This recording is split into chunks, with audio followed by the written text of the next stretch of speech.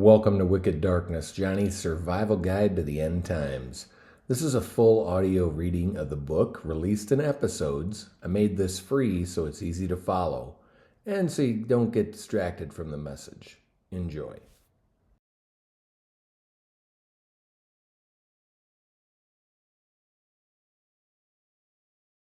Wicked Darkness, Johnny's survival guide to the end times. Chapter 8 Part 3. The simulation worked and they're ready for the real thing. The seal isn't closed anymore. It's wide open. You can feel the draft blowing through the screen door.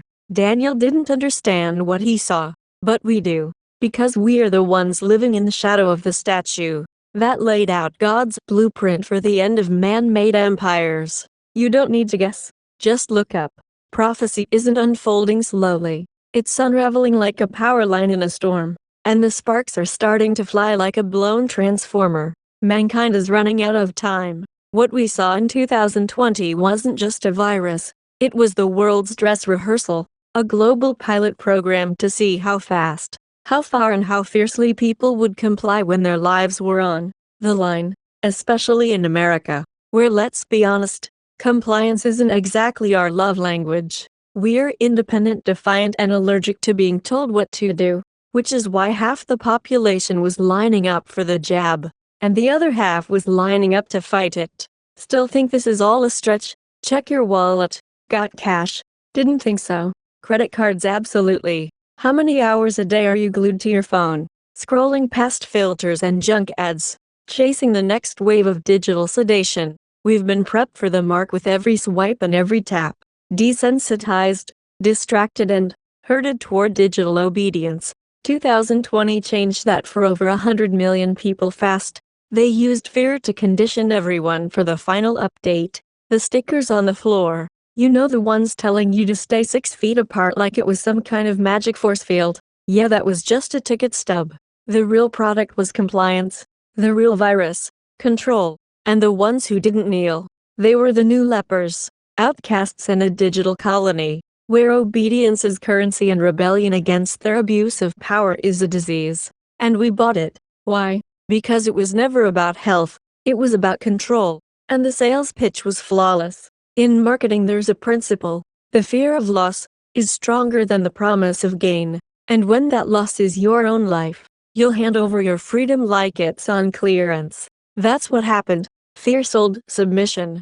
Comfort killed discernment. And Satan, the prince of this world as Jesus called him, stood in the shadows taking notes, watching his pawns run a live simulation for Babylon 2.0. If your endgame is to get billions of people to take a literal mark to join your global kingdom, you don't just roll it out overnight. You do a test run. So he did. He rolled it out globally. Masks, mandates, passports, QR codes, digital tracking. He weaponized governments, doctors, media and even pastors, turning drive-through obedience into a social norm. And you better believe it worked. This wasn't the mark, but it proved just how easy it will be to launch the real thing. And next time it will be a digital currency tied to your identity, and controlled by the same voices who said to trust the science. Your kids, they're already conditioned. They'll obey without blinking. This is psychological warfare, precision engineered through fear, normalized through routine and hardwired into our society with every alert, every lockdown, every headline and message that screams, comply or suffer. And it's not going away. It's a ritual now, like grinding through a video game, just to level up again and again for empty rewards and an endless loop. So when the mark finally comes, they won't see it as tyranny. They'll see it as safety. They'll see it as the next step, just another update, another patch, another passcode to prove you're not a problem. And when that time comes, they won't ask politely. They'll say, take the mark or you don't eat. It will be global, it will be digital, and it will be enforced, just like Jesus said, except those days should be shortened. There should no flesh be saved. Matthew 24:22. Because now destruction isn't just possible, it's programmable. We've got drones that kill, satellites that spy, and artificial intelligence that doesn't just analyze your behavior, it predicts it, judges it, and prepares to punish it. Robots are already replacing workers.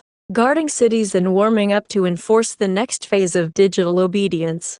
That may sound dystopian, but it's not science fiction anymore. It's the direction we're already headed. The tools we thought were for convenience are now systems of control, and the conditioning that got us addicted to dopamine hits from swiping our phones is the same mechanism training us for social compliance. And still people say mankind is basically good. No, man has the knowledge of good and evil, but consistently chooses evil.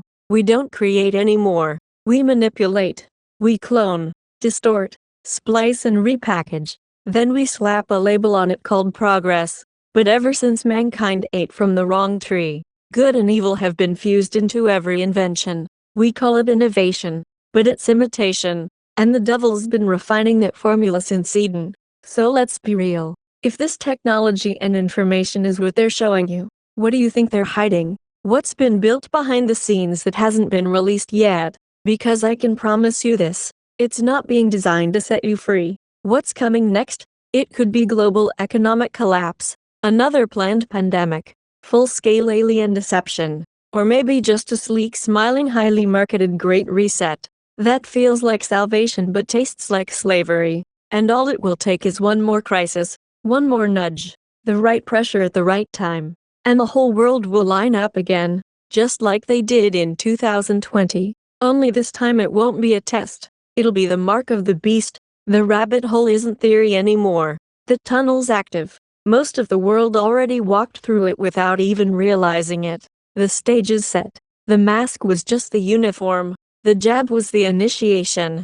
But the real beast, he hasn't even shown his face yet. When he steps out of the shadows, he won't come with fangs. He'll come with fire, flattery, and full access to your data.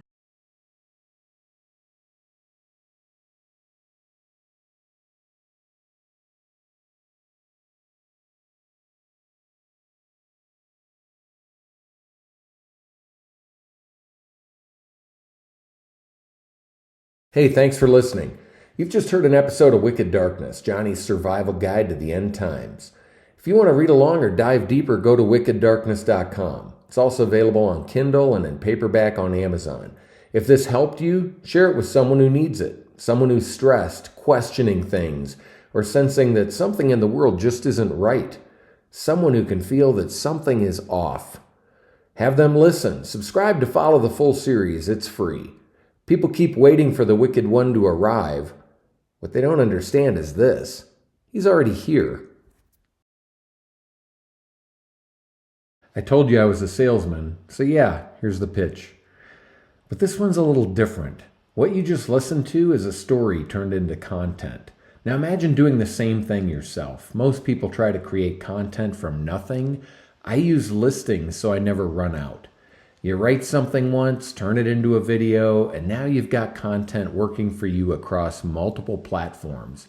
That's what freaksites.com is built for. It's simple. You create listings, you tell stories, you turn them into content, and if you share it, you can get paid for participation too.